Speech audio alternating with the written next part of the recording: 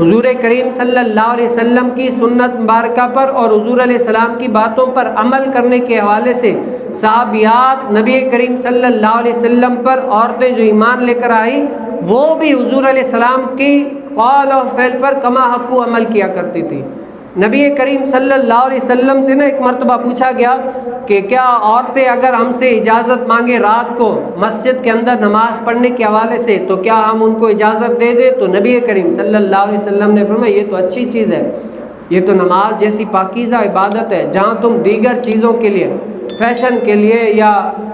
خرید و فروخت کے لیے یا دیگر چیزوں کے لیے عورت کو اجازت دیتے ہو، وہ کر کے آتی ہے، تو اللہ کی عبادت کے لیے کیوں منع کرو گے؟ دو اجازت تاکہ وہ جائے اللہ کی عبادت کرے، ریاضت کرے۔ اس ٹائم پر ابھی تک مسجدوں میں عورتوں کو منع نہیں تھا، تو حضور علیہ السلام نے فرما دیا دو اجازت تاکہ وہ اللہ کی بندگی کریں، اللہ کو یاد کریں۔ لیکن جیسے جیسے دور گزرتا گیا حضور علیہ السلام نے اجازت دی۔ اس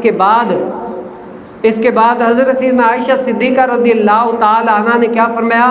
کہ یہ جو عورت بن ٹھن کر ایسے کام کاج کیے جو ناپسند تھے، ناگزیر تھے، تو حضرت سیدنا عائشہ صدیقہ رضی اللہ تعالی عنہ نے فرمایا کہ یہ عمل اگر حضور علیہ السلام ان عورتوں کا دیکھ لیتے نا تو حضور علیہ السلام یقیناً ان عورتوں کو منع کر دیتے کہ اب تم مسجدوں میں نہ آؤ۔ جو کہ اس کے بعد حضرت سیدنا عمر بن خطاب کے دور میں عورتوں کو مکمل پابندی لگے کہ تم کیا ہے نماز گھر میں پڑھا کرو۔ اور پھر حضور علیہ السلام الغرض بات کرنے کا مقصد جہاں پر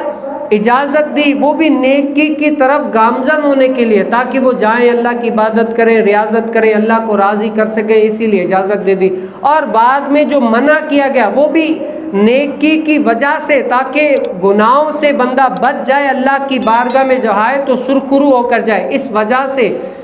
یعنی جائے۔ تو الغرض صحابہ کرام اور صحابیات کا مین مدعا کیا تھا؟ اللہ اس کے رسول صلی اللہ علیہ وسلم کی رضا والے کام کرنے کی، تاکہ ہم جو کام کریں اللہ کی رضا والا اور ہمیں کیا ہے ثواب ملے اور اللہ تعالی ہم سے راضی ہو جائے، رضی اللہ عنہم ورضوا عنہ کے مصداق بن جائے۔